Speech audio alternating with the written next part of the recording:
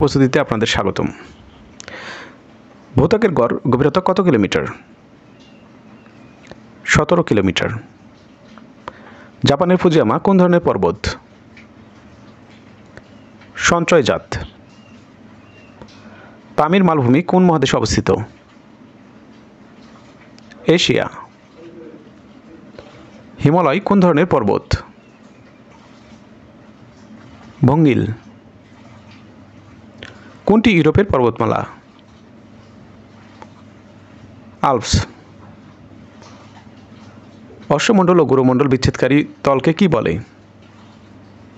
মোহবিযুক্তি।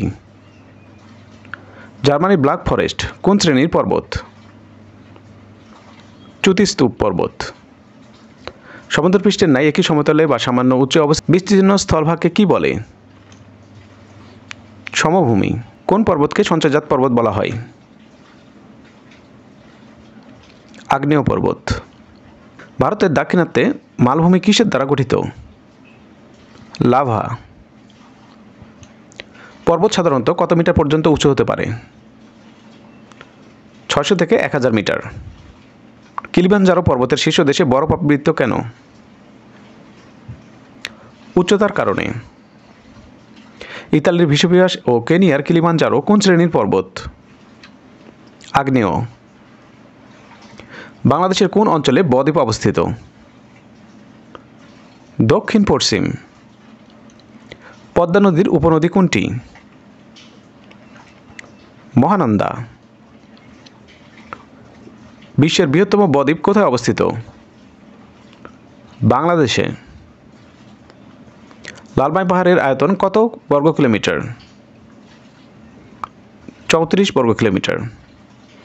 বাংলাদেশের পর্বতের সাথে গঠনগত মিল রয়েছে কোন পর্বতের? আন্দিজ। পাদদেশীয় মালভূমি দেখা যায় বাংলাদেশের কোন অঞ্চলে? রংপুর, দিনাজপুর। বরেন্দ্রভূমি বাংলাদেশের কোন অঞ্চলে অবস্থিত? উত্তর পশ্চিম। বাংলাদেশের সর্বোচ্চ পর্বতশৃঙ্গের নাম কি? তাজিংডং। বাংলাদেশের ভূপ্রকৃতিকে কয়টি ভাগে ভাগ করা যায়? 3টি। বাংলাদেশের রংপুর অঞ্চলে কোন ধরনের সমভূমি দেখা যায়? পাদদেশীয়। লালমাই পাহাড়ের গড় উচ্চতা কত মিটার? 21 মিটার। বরেন্দ্রভূমির মাটির রং কী রূপ? লালচে হলুদ। ভারতের বিন্দা ও সাতপুরা কোন ধরনের পর্বত? স্তূপ। আফ্রিকার কিলিমানজারো কোন ধরনের পর্বত? আগ্নেয়। আদিতে পৃথিবী কী রকম ছিল? গ্যাসপিল্লি। সাধারণত 600 মিটারের অধিক উচ্চতা বিশিষ্ট শিলাস্তরকে কি বলে? পর্বত। সিয়াম ও সীমার মধ্যে বিভাজনকারী রেখার নাম কি? কনরাড বিযুক্তি। তো ভিডিওটি শেষ পর্যন্ত দেখার জন্য অসংখ্য ধন্যবাদ। ভিডিওটি ভালো লাগলে একটি লাইক দেবেন, আপনার মতামত কমেন্টে জানাবেন এবং এই ধরনের ভিডিও আরও পেতে চাইলে চ্যানেলটি সাবস্ক্রাইব করে রাখবেন। ধন্যবাদ। সবাই ভালো থাকবেন। আল্লাহ হাফেজ।